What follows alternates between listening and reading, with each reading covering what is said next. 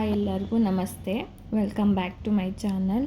ಇದು ಧರ್ಮಸ್ಥಳಕ್ಕೆ ಹೋಗಿದ್ವಲ್ಲ, ಅದ್ರ ಕಂಟಿನ್ಯೂಷನ್ ವ್ಲಾಗು. ವೆಡ್ನೆಸ್ಡೇದು ಬೆಳಿಗ್ಗೆ ಎದ್ದ ತಕ್ಷಣ ಮುಡಿ ಕೊಡೋಕ್ಕೆ ಹೋಗಿದ್ವಿ. 7 ಗಂಟೆಗೆ ಎದ್ದೋದ್ವಿ.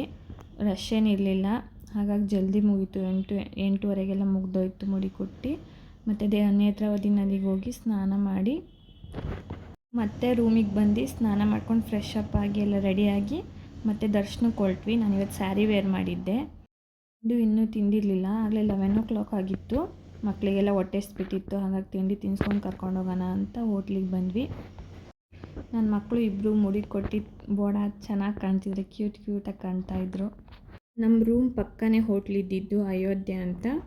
ದೋಸೆ ತಿಂದ್ಕೊಂಡು ಮತ್ತು ದರ್ಶನಕ್ಕಂತ ಹೊರಟ್ವಿ. ಈಗ ಎಂಟ್ರೆನ್ಸ್ ಗೇಟ್ ಒಳಗೆ ಎಂಟ್ರಿ ಆಗ್ತಾ ಇದ್ದೀವಿ. ನಾನು ಬೇರೆ ಬಳೆ ಮರೆತು ಬಂದುಬಿಟ್ಟಿದ್ದೆ. ಹಾಗಾಗಿ ಒಂದು ಜೊತೆ ಬಳೆ ತಗೊಂಡೆ. ನಾನು ಚಳಿ ಇರುತ್ತೆ ಅಂದ್ಕೊಂಡೆ, ಆದರೆ ಸಿಕ್ಕಾಪಟ್ಟೆ ಬಿಸಿಲಿತ್ತು. ಆ ಬಿಸಿಲಿಗೆ ನನಗೆ ತಲೆನೋವು ಸ್ಟಾರ್ಟ್ ಆಗಿಬಿಡ್ತು. ಅಲ್ಲಿ ಹೋದರೆ ಅಲ್ಲಿ 11 o'clock ಬಂದ್ ಮಾಡಿಬಿಟ್ಟಿದ್ದೀವಿ. 12 o'clock ಬಿಡ್ತೀನಿ ಅಂದರು. ಹಾಗಾಗಿ ಇಲ್ಲಿ ಮಂಟಪದೊಳಗೆ ಕೂತಿದ್ವಿ 12 o'clockವರೆಗೂ. ಮಕ್ಕಳು ಆಟ ಆಡ್ತಿದ್ರು ಒಂದು ಸ್ವಲ್ಪ ಹೊತ್ತು. ಆಮೇಲೆ ಹೊರಟ್ವಿ. ಹೋಗಿ ದರ್ಶನ ಎಲ್ಲ ಮುಗೀತು. 1 hourಗೆಲ್ಲ ಮುಗ್ದೋಯ್ತು, ರಶ್ ಇರಲಿಲ್ಲ. ಆಮೇಲೆ ಮುಗಿಸ್ಕೊಂಡು ಪ್ರಸಾದಕ್ಕೆ ಹೋದ್ವಿ. ಹೋಗಿ ಅಲ್ಲಿ 1 o'clock ಆಗಲೇ ಪ್ರಸಾದ ಊಟ ಮಾಡೋಕ್ಕೆ ಕೂತಿದ್ವಿ. ದೇವಸ್ಥಾನದೊಳಗೆ ಫೋಟೋಸ್ ವೀಡಿಯೋಸ್ ಏನೂ ಕ್ಲಿಕ್ ಮಾಡೋಂಗಿರಲಿಲ್ಲ, ಹಾಗಾಗಿ ಏನೂ ತಗೊಂಡಿಲ್ಲ ನಾನು. ಅದಾದಮೇಲೆ ಹೋಗಿ ರೂಮಾಗಿ ರೆಸ್ಟ್ ಮಾಡಿದ್ವಿ. 4 ಗಂಟೆವರೆಗೂ ರೆಸ್ಟ್ ಮಾಡಿ ಮತ್ತೆ ಚೆಕ್ಔಟ್ ಮಾಡಿದ್ವಿ ರೂಮು. ಆಮೇಲೆ ಕುಕ್ಕೆ ಸುಬ್ರಹ್ಮಣ್ಯಕ್ಕೆ ಹೋಗೋಣ ಅಂತ ಹೊರಟ್ವಿ.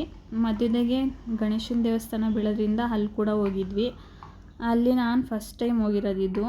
ಅಲ್ಲಿ ಕೂಡ ಚೆನ್ನಾಗಿತ್ತು, ದರ್ಶನ ಆಗ್ತಾಯಿತ್ತು. ಅವಾಗೇ ಹೋದ್ವಿ ನಾವು.